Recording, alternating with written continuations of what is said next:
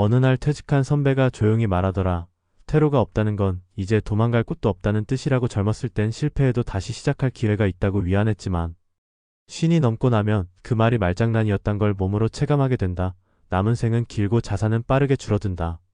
인생 후반전에서 준비된 자와 그렇지 못한 자 사이의 간극은 되돌릴 수 없는 현실이 된다. 마치 경기 막바지에서 점수차가 벌어지고도 전략 하나 없는 팀이 허둥대는 모습처럼 말이다. 퇴로는 없다. 준비된 50대만이 생존을 넘어 승리를 이야기할 수 있다.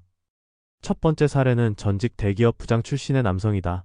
그는 평생을 한 회사에 몸담으며 충성했고 은퇴할 즈음엔 억대 연봉을 받았다. 퇴직 후에도 자신이 가진 경험과 명성이 새 일자리를 쉽게 만들어줄 거라 믿었다. 그러나 현실은 달랐다. 인맥은 끊겼고 나이 많은 신입에게 조직은 차가웠다. 결국 그는 몇 번의 창업 실패 끝에 퇴직금을 대부분 잃고 말았다. 그의 통장은 비어갔고 자존감마저 무너졌다. 반면 같은 시기 은퇴한 동료는 다르다. 퇴직 5년 전부터 온라인 강의 콘텐츠를 준비해왔고 실무 경험을 토대로 전문 플랫폼에 입성했다.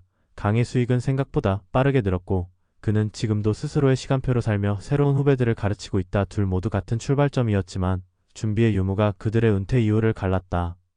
두 번째 사례는 지방에서 병원을 운영하던 여성이다. 자녀 교육을 위해 서울로 이주한 뒤 남편의 병세로 병원을 정리하고 은퇴를 선택했다.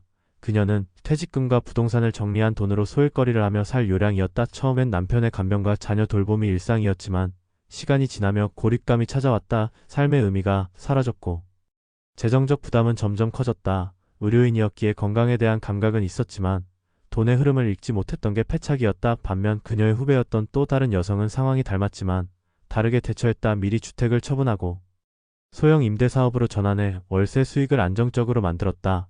여기에 온라인 헬스케어 상담 서비스를 시작하며 본인의 전문성을 연금 외 소득으로 연결지었다. 이 차이는 단순한 운이 아니라 50대의 선택이었다. 세 번째 사례는 전형적인 중산층 가장이다. 공기업에서 안정된 수입을 얻으며 아이들 교육에 집중했고 아파트 대출을 감당하며 살아왔다. 그의 퇴직 시점에 아이들은 막 대학을 졸업했고 본인은 체력적으로는 아직 건재했다. 문제는 자산 구조였다. 은퇴 시점까지 주거 외 자산이 거의 없었고 퇴직금과 국민연금 외에는 별다른 소득원이 없었다. 은퇴 이후 그는 알바를 전전하며 하루하루를 메웠고 얼마 안 가 지병으로 일을 그만두게 되었다. 반면 친구였던 또 다른 공기업 동기는 주택을 줄이고 투자형 자산 비중을 늘려왔다. 그에겐 월 배당 ETF와 임대 수익이 있었고 퇴직 후에도 자산을 관리하며 가족과의 여행을 즐기는 삶을 살고 있다. 체력은 비슷했지만 구조가 달랐고 선택도 달랐다. 삶은 철저히 달라졌다. 이처럼 은퇴는 연령이 아닌 준비도로 갈린다. 과거에는 은퇴를 종착역으로 여겼지만 이제는 그 자체가 또 하나의 인생 경기다. 경기의 후반부를 망치지 않으려면 50대는 생존이 아닌 전략으로 전환해야 한다. 다가올 은퇴를 종료가 아닌 전환으로 보는 시각이 필요하다. 퇴로는 없다. 더는 뒤로 물러설 수 없다.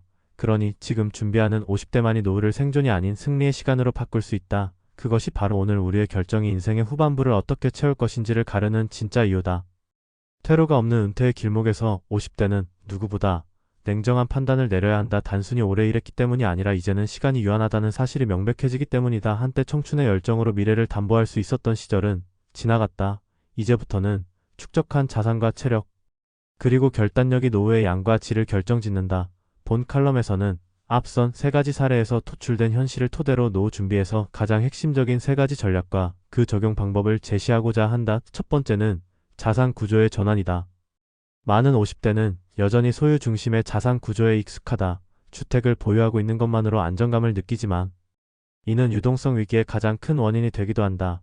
퇴직 이후 현금 흐름이 멈추는 시점에 고정 자산 비중이 높다는 것은 결국 위기 대응 능력을 떨어뜨린다. 은퇴 이후에도 생계를 유지하기 위해서는 자산이 현금처럼 움직일 수 있어야 한다.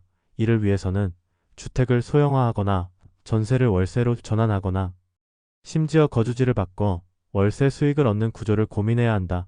기존 자산을 단순히 유지하는 것이 아니라 수익을 만들어내는 형태로 전환하는 것이 핵심이다. 물론 이러한 결정은 감정적으로 쉽지 않다.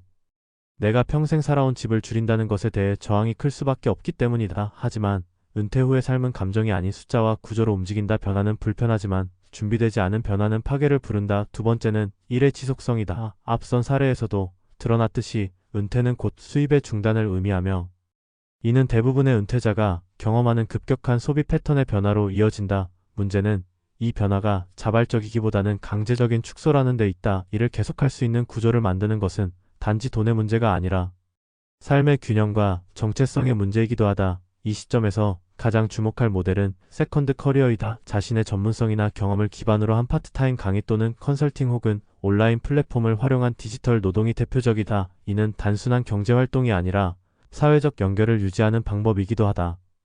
50대가 이를 지속할 수 있는 형태로 전환하기 위해서는 은퇴 전 23년이 가장 중요하다. 이 시기에 자신이 가진 역량을 분석하고 그것을 시장에 맞는 형태로 다듬는 준비가 병행되어야 한다. 단순한 이력서 갱신이 아니라 새로운 시장의 언어로 자신의 가치를 재정의하는 하는 것이 중요하다. 특히 지금은 디지털 환경에 익숙한 것이 곧 경쟁력이 되는 시대다. 늦었다고 주저하지 말고 배워야 한다. 60대에 유튜브를 시작하거나 블로그로 수익을 내는 이들이 늘고 있다는 사실이 그 방증이다. 세 번째는 지출 패턴의 구조화다. 수입이 일정치 않은 은퇴 이후에는 더 이상 감으로 소비해서는 안 된다. 돈이 어디서 들어오고 어디로 빠져나가는지를 정교하게 설계해야 하며 무엇보다 고정비를 줄이는 것이 우선이다. 특히 보험료, 통신비, 구독형 서비스 등 매달 나가는 비용에 대한 점검은 필수다. 퇴직 후 첫 1년간은 소비를 현재의 6,070% 수준으로 줄이는 것을 목표로 설정하고 이를 기반으로 월간 예산표를 작성해 생활비를 현실화시켜야 한다. 이때 연금이나 임대 수입 등 고정 수입이 얼마인지에 따라 지출의 한도를 정해야 하며 여유 자금은 예금보다는 안정적인 배당형 금융상품이나 연금형 상품에 분산 투입하는 것이 좋다. 지출의 구조화를 통해 매달 예상 가능한 비용 구조를 만들어야 심리적 안정도 생긴다. 이것이 노후에서 가장 중요한 관리의 시작이다. 결국 은퇴 후 승패를 가르는 것은 가진 돈의 액수가 아니라 그것을 어떻게 흐르게 하느냐다. 퇴로가 없는 50대 이후의 삶에서는 이제 판단이 아닌 행동이 필요하다.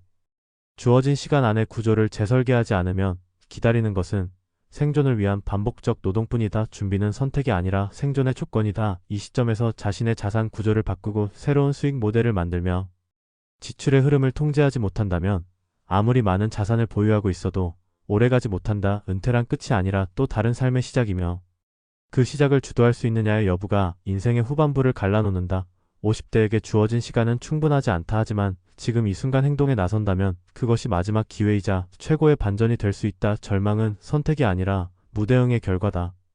반면 준비된 선택은 늦었더라도 인생을 다시 쓰게 만든다. 그게 바로 지금 50대가 해야 할 일이다. 이제 퇴로는 없다. 남은 길은 단 하나, 앞으로 나아가는 것뿐이다.